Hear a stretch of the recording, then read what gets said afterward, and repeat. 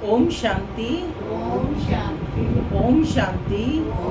ओम शांति। ओम शांति। आज 26 मई 2025 प्रातः मुरली बाप दादा मधुबन।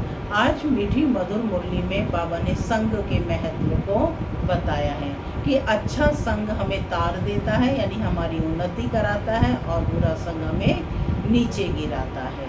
साथ ही बाबा ने कहा कि अपने बोल, कर्म और संकल्प, बोल और कर्म, इनको व्यर्थ नहीं करना है। इन्हें कैसा बनाना है? समर्थ बनाना है। और बाबा ने कहा कि सभी को बाप क्या आ चुका है, वह पैगाम सब आत्माओं तक पहुंचाना है। सुनते हैं आज के ईश्वरीय महावाक्य। ओम शांति। बाबा कहते, मीठे बच्चे, तुम्हें संग बहुत अच्छा करना है। बुरे संग का रंग लगा तो गिर पड़ेंगे। कुसंग बुद्धि को तुच्छ बना देता है। आज की मुरली से प्रश्न है, अभी तुम बच्चों को कौन सी उछलानी चाहिए? कौन सी उछलानी चाहिए?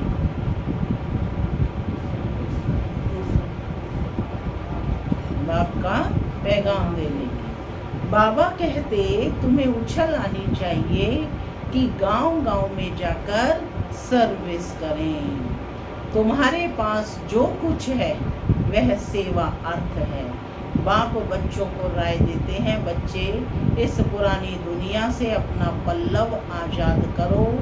कोई चीज में ममत्व नहीं रखो, इनसे दिल नहीं लगाओ। गीत चला, इस पाप की दुनिया से कहीं दूर ले चलो। ओम शांति। माना मैं शांत स्वरूप आत्मा हूँ, शांति मेरा स्वरूप है। बाबा कहते, मीठे बच्चे अब घर वापस जाना है। ओम शांति। पाप आत्माओं की दुनिया और पुण्य आत्माओं की दुनिया नाम आत्माओं का ही रखा जाता है। अभी यहाँ दुख है तब तो सब पुकारते हैं। पुण्य आत्माओं की दुनिया में पुकारते नहीं कि कहाँ ले चलो।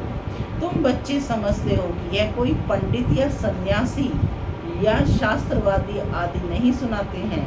यह खुद भी कहते हैं, मैं यह ज्ञान नहीं जानता था। कौन कह रहे हैं? ब्रह्मा बाबा, कि मैं यह ज्ञान नहीं जानता था। रामायण आदि शास्त्र तो ढेर पढ़ते थे, बाकी यह ज्ञान हम तुमको सुनाते हैं, यह भी सुनते हैं। माने ब्रह्मा की आत्मा भी ज्ञान सुन रही है, उन्हें पहले ये ज्ञान नहीं था। अभी यह है पाप आत्माओं की दुनिया। पुण्य आत्माओं के लिए सिर्फ कहेंगे कि यह होकर गए, बस पूजा करके आ जाएंगे, शिव की पूजा करके आएंगे। तुम बच्चे अब किसकी पूजा करेंगे? तुम बच्चे अब किसकी पूजा करेंगे? तुम जानते हो ऊंच ते ऊंच भगवान शिव हैं। वह है ओबीडियंट बाप, टीचर, ओबीडियंट प्रिसेप्टर, साथ ले जाने की गारंटी और कोई गुरु आदि ना कर सके। क्या कहा बाबा ने? साथ ले जाने की गारंटी और कोई गुरु आदि कर ना सके। सो भी वह कोई सबको थोड़े ही ले जाएंगे। भाई गुरु आदि जो हैं वो मान लो कहीं गारंटी करे भी तो क्या वो सबको ले जाएंगे? नहीं। तो कहते अभी तुम सम्मुख बैठे हो, यहाँ से अपने घर जाने से भी तुम भूल जाएंगे। यहाँ सम्मुख सुनने से मज़ा आएगा। बाप घड़ी घड़ी कहते हैं, बच्चे अच्छी रीति पढ़ो। कहाँ बैठे हो? डायमंड हॉल में, मधुबन में, बाप दादा के सम्मुख। तो बाबा कहते हैं यहाँ सम्मुख सुनने से मज़ा आएगा, बुद्धि से पहुँच जाओ वहाँ पर। बाप घड़ी घड़ी कहते हैं, बच्चे अच्छी रीति पढ़ो, इसमें गफलत नहीं करो, कुसंग में नहीं फंसो, नहीं तो और ही तुच्छ बुद्धि हो जाएंगे। बच्चे जानते हैं कि हम क्या थे, क्या पाप किए, अब हम यह देवता बनते हैं। यह पुरानी दुनिया खत्म होनी है, फिर यहाँ मकान आदि की क्या परवाह रखनी है। इस दुनिया का जो कुछ है वह भूलना है, नहीं तो रुकावट डालेंगे, इसमें दिल लगता नहीं। हम नई दुनिया में अपने हीरे जवाहरातों के महल जाकर बनाएंगे। यहाँ के पैसे आदि कोई चीज़ अच्छी लगती होगी तो शरीर छोड़ते समय उसमें मोह चला जाएगा। हमारा हमारा करेंगे तो वह पिछाड़ी में सामने आ जाएगा। यह तो सब यहाँ खत्म हो जाने हैं, हम अपनी राजधानी में आ जाएंगे, इससे क्या दिल लगानी है। वहाँ बहुत सुख रहता है, नाम ही है स्वर्ग। अभी हम चलें अपने वतन, ये तो रावण का वतन है, हमारा नहीं। इनसे छूटने का पुरुषार्थ करना है। पुरानी दुनिया से पल्लव आजाद कराते हैं, इसलिए बाप कहते हैं कोई चीज में ममत्व नहीं रखो। ममत्व होगा तो वो चीजें बार बार खींचेंगी। पेट कोई जास्ती नहीं मांगता, फालतू चीजों पर बहुत खर्चा होता है। तुम बच्चों को सर्विस करने के लिए उछल आनी चाहिए। कई बच्चे हैं जिनको गांव-गांव में सर्विस करने का शौक है, बाकी जिसको सर्विस का शौक नहीं उन्हें क्या काम के कहेंगे। जैसे बाप वैसे बच्चों को बनना चाहिए। बाप का ही परिचय देना है, बाप को याद करो और बाप से वर्षा लो। बच्चों को शौक होता है हम बाबा की सर्विस पर जाते हैं, तो बाप भी हिम्मत बढ़ाते हैं। बाप आए हैं सर्विस पर, सर्विस के लिए सब कुछ है। यह है तो बाप का परिचय सबको देना है। क्या कहा है बाबा ने? हाँ, सेवा का पॉइंट है सबको परिचय देना है, कोई आत्मा छूट ना जाए, नहीं तो क्या होगा लास्ट में उल्हाना देंगी। तो बाबा कहते हैं आप सबको पैगाम देते जाओ, बाकी उन आत्माओं का अपना भाग्य है। बाप एक ही है, भारत में आया है, भारत में देवताओं का राज्य था, कल की बात है। लक्ष्मी नारायण का राज्य था, फिर राम सीता का, फिर वाम मार्ग में गिर रावण राज्य शुरू हुआ। सीढ़ी नीचे उतरते अब फिर चढ़ती कला सेकंड की बात है। एक होता है रियल लव और दूसरा होता है आर्टिफिशियल लव, माने जो ऊपर ऊपर से दिखावे का होता है। रियल लव बाप से तब हो जब अपने को आत्मा समझे। बाबा ने डेफिनेशन दे दी है कि रियल लव कब होगा, जब अपने को आत्मा समझ उस परमात्मा से कनेक्ट होंगे। अब तुम बच्चों को इस दुनिया में आर्टिफिशियल लव है, यह तो ख़त्म होनी है, ये दुनिया तो ख़त्म होनी है। सर्विस करने वाले कभी भूख नहीं मर सकते। ये सोचें कि हम अपने बाबा की सर्विस में लग जाएंगे तो हम भूखे मरेंगे, तो बाबा स्पष्ट कर रहे हैं कि सर्विस करने वाले कभी भूख नहीं मर सकते। तो सर्विस का बच्चों को शौक रखना चाहिए। तुम्हारी ईश्वरीय मिशन बड़ी सहज है, कोई समझते नहीं है कि धर्म कैसे स्थापन होता है। क्राइस्ट आया, क्रिश्चियन धर्म स्थापन किया, धर्म बढ़ता गया, उसकी मत पर चलते चलते गिरते आए। अब तुम बच्चों को देही अभिमानी बनना है। आधा कल्प रावण राज्य में हम बाप को भूल गए, अब बाप ने आकर सुजाग किया है, जगाया है। बाबा कहते ड्रामा अनुसार तुमको गिरना ही था। बाबा इस पर के लिए बच्चों को भी दोष नहीं देते, कहते ड्रामा अनुसार तुमको गिरना ही था, तुम्हारा भी दोष नहीं। रावण राज्य में दुनिया की ऐसी हालत हो जाती है, बाप कहते हैं अब मैं आया हूँ पढ़ाने, तुम फिर से अपनी राजाई लो। मैं और कोई तकलीफ नहीं देता हूँ, एक तो बाजार की छीछी गंदी चीजें ना खाओ और मामे कम याद करो। अभी तुम बच्चे जानते हो यह ड्रामा का चक्र है जो फिर रिपीट होगा। बाबा भोजन की शुद्धता के बारे में बता रहे हैं कि बाजार की जो छीछी गंदी चीज़ें हैं वो नहीं खाओ। आपको क्या मालूम उसमें क्या क्या डाला हुआ है। तो बाबा कहते कि अभी तुम बच्चे जानते हो ये ड्रामा का चक्र है जो फिर रिपीट होगा। तुम्हारी बुद्धि में ड्रामा के आदि मध्य अंत का ज्ञान है। तुम कोई को भी समझा सकते हो।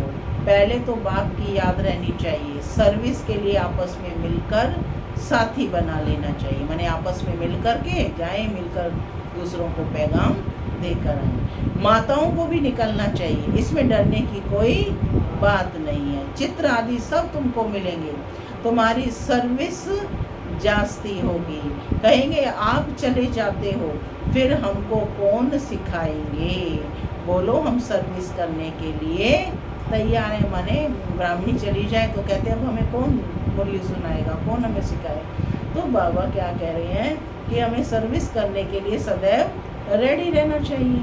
मकान आदि का प्रबंध करो, बहुतों के कल्याण अर्थ निमित्त बन जाएंगे। बाबा सर्विस का उमंग दिलाते हैं। बच्चों में हिम्मत है तो सर्विस भी बढ़ती है। सर्विस कैसे बढ़ेगी? जब हिम्मत दिखाएंगे, पैगाम देंगे। कोई भी अपना व्यापार बढ़ाना हो तो क्या करते हैं? डोर टू डोर सर्विस करते हैं। तो बाबा भी कह रहे हैं कि तुम भी तो क्या करोगे? सर्विस करोगे ना, तभी तो बढ़ेंगे। यह कोई मेला नहीं है जो 10-15 दिन मेला चला और फिर क्लास।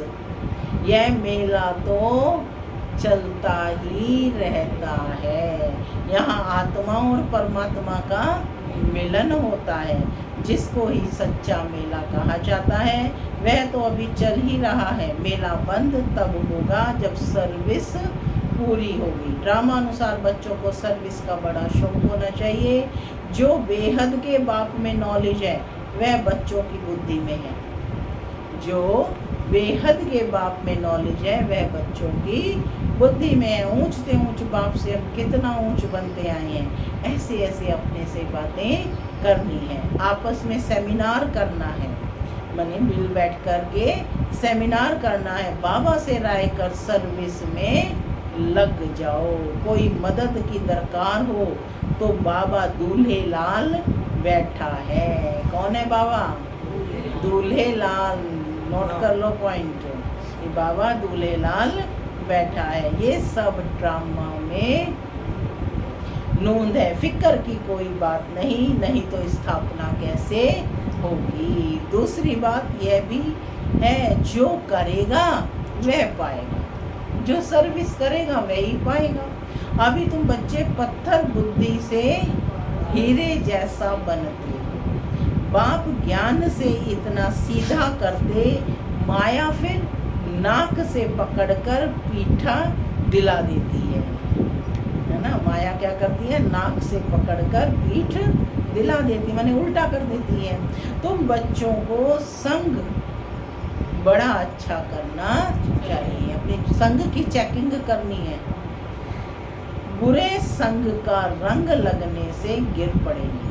बाबा बाइस्कोप यानी सिनेमा आदि देखने की मना करते हैं।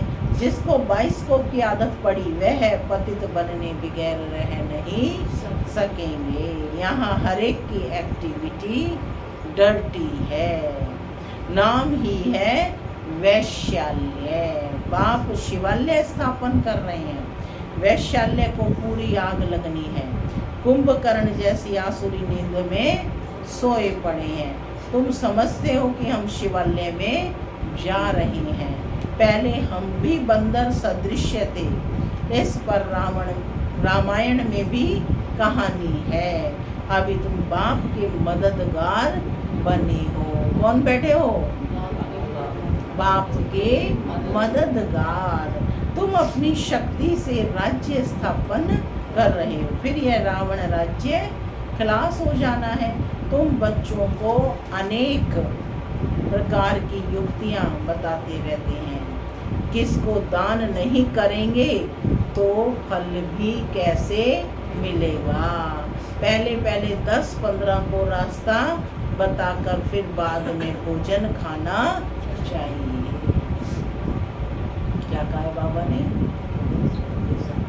पहले 10-15 को रास्ता बताकर फिर भोजन। दादी जानकी ऐसी करती थी ना। जब एक बार उन्होंने खाना खाया तो बाबा ने पूछा कि ज्ञान कितने आत्माओं को दिया? बाबा किसी को नहीं दे। वो दिन सो लास्ट तक दादी जानकी नाश्ता ही तब करती थी जब पहले सेवा की। तो पहले तो बाबा कहते हैं पहले 10-15 को रास्ता बताकर फिर भोजन खाना चाहिए। पहले शुभ काम करके आओ, इसमें ही तुम्हारा कल्याण है। कोई भी देहधारी को याद नहीं करो, यह तो पतित दुनिया है। पतित पावन एक बाप को याद करो तो पावन दुनिया के मालिक बन जाएंगे। अंतमति सोगति हो जाएगी। तो किसी न किसी को संदेश सुनाकर फिर आए भोजन खाना चाहिए। तुम सबको यही बताते रहो कि बाप को याद करने से इतना ऊंच बन जाएंगे। अच्छा, मीठे मीठे सिले लदे बच्चों प्रति माता पिता याद प्यार और गुड मॉर्निंग। रूहानी बाप की रूहानी बच्चों को नमस्ते। हम रूहानी बच्चों की रूहानी माता पिता दादा को याद प्यार गुड मॉर्निंग और नमस्ते।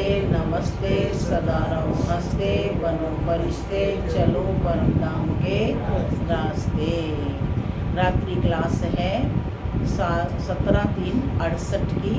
कभी भी कोई भाषण आदि करना हो तो आपस में मिलकर 2-4 बारी रिहर्सल करो। पॉइंट्स एडिशन करेक्शन कर तैयार करो तो फिर रिफाइन भाषण करेंगे। जगदीश भाई जी जो है वो हमेशा जो है सारी बहनों को उन्होंने तैयार किया।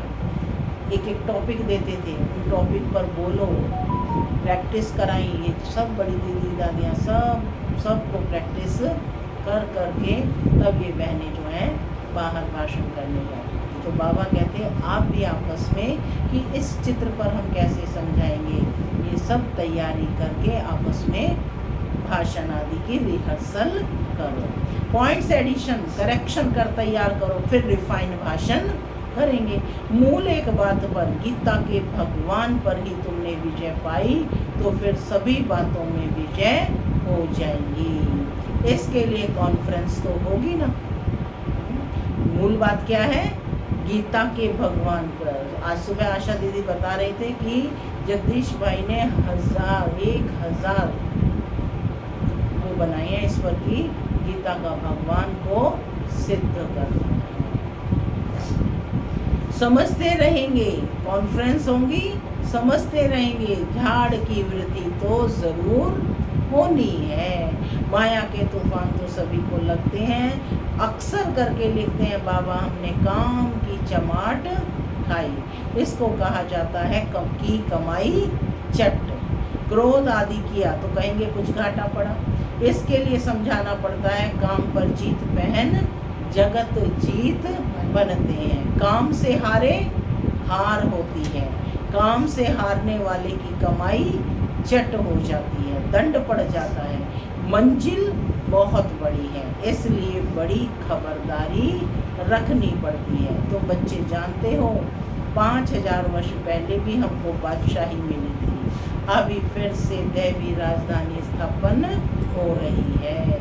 इस पढ़ाई से हम उस राजधानी में जाते हैं। सारा मदार है पढ़ाई पर। पढ़ाई और धारणा से ही बाप समान बनेंगे। रजिस्टर भी चाहिए ना, जो मालूम पड़े कि कितनों को आप समान बनाया।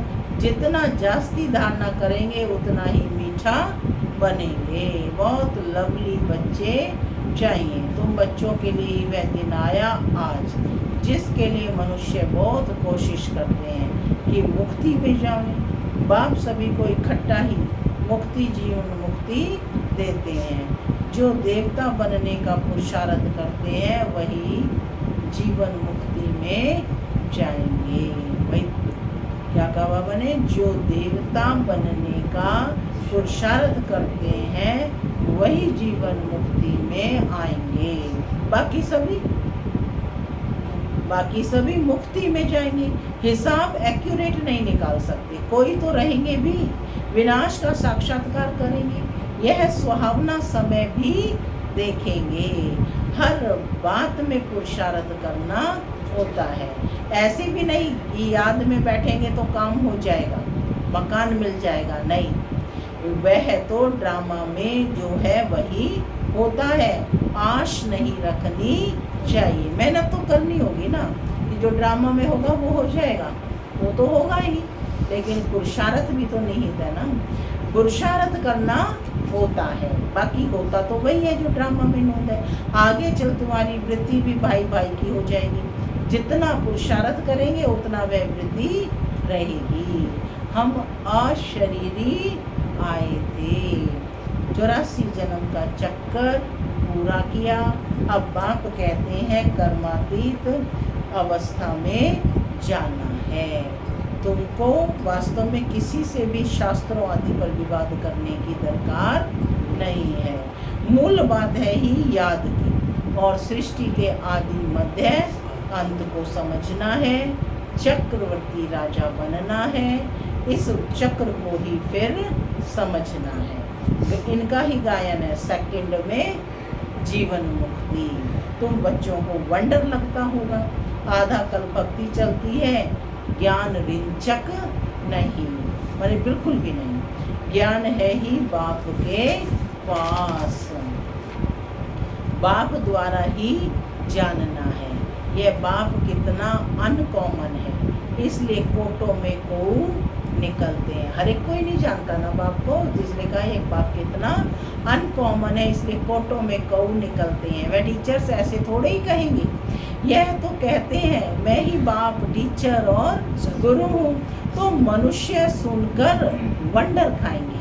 भारत को मदर कंट्री कहते हैं, क्योंकि अम्बा का नाम बहुत बाला है। अम्बा का मेला भी लगते हैं, बहुत लगते हैं। अम्बा की जगदम्बा के मेले सबसे ज़्यादा लगते हैं।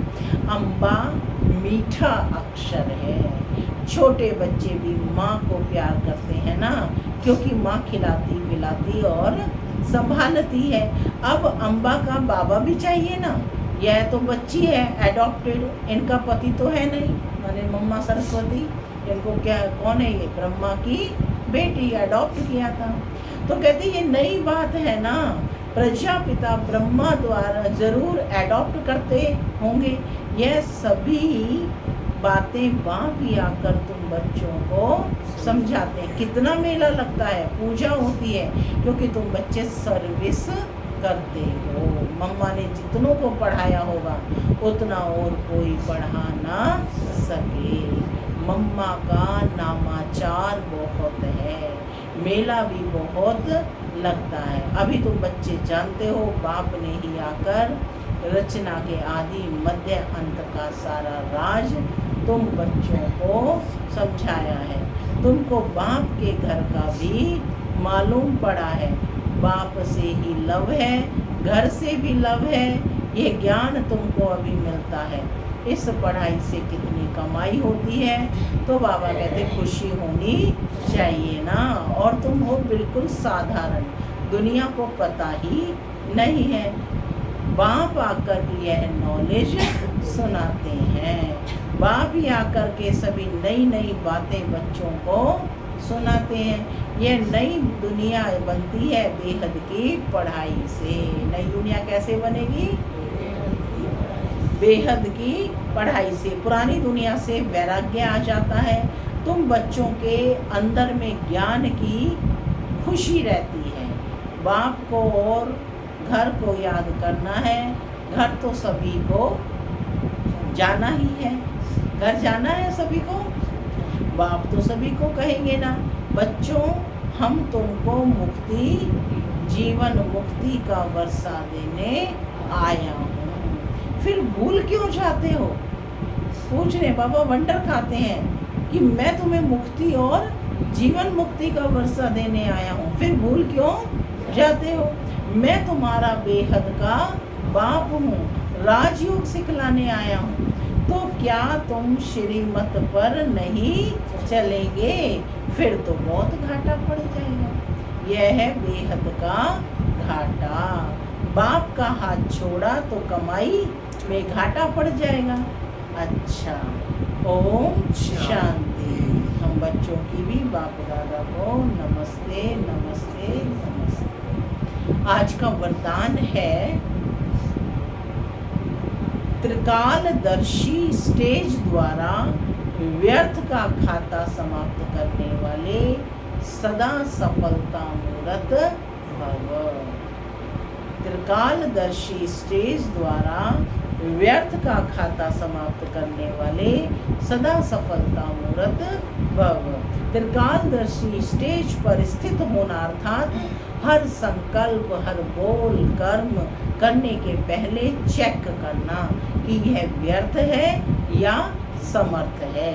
व्यर्थ 1 सेकंड में पद्मों का नुकसान करता है और समर्थ 1 सेकंड में पद्मों की कमाई करता है। सेकंड का व्यर्थ भी कमाई में बहुत घाटा डाल देता है, जिससे की हुई कमाई भी छिप जाती है। इसलिए एक कालदर्शी हो कर्म करने की बजाय त्रिकालदर्शी स्थिति पर स्थित होकर कर्म करो तो व्यर्थ समाप्त हो जाएगा और सदा सफलता मूर्त बन जाएंगे। स्लोगन है मान, शान और साधनों का त्याग ही महान त्याग है। अव्यक्त इशारे रूहानी रॉयल्टी और प्योरिटी की पर्सनैलिटी को धारण करो। जैसे देह और देही दोनों अलग अलग दो वस्तुएं हैं, लेकिन अज्ञानवश दोनों को मिला दिया जाता है। मेरे को मैं समझ लिया और इस गलती के कारण इतनी परेशानी, दुख और अशांति प्राप्त की है। ऐसे ही यह अपवित्रता और विस्मृति के संस्कार जो ब्राह्मणपन के नहीं शूद्रपन के हैं, इनको भी मेरा समझने से माया के वश हो जाते हैं और फिर परेशान होते हो। ओम शांति।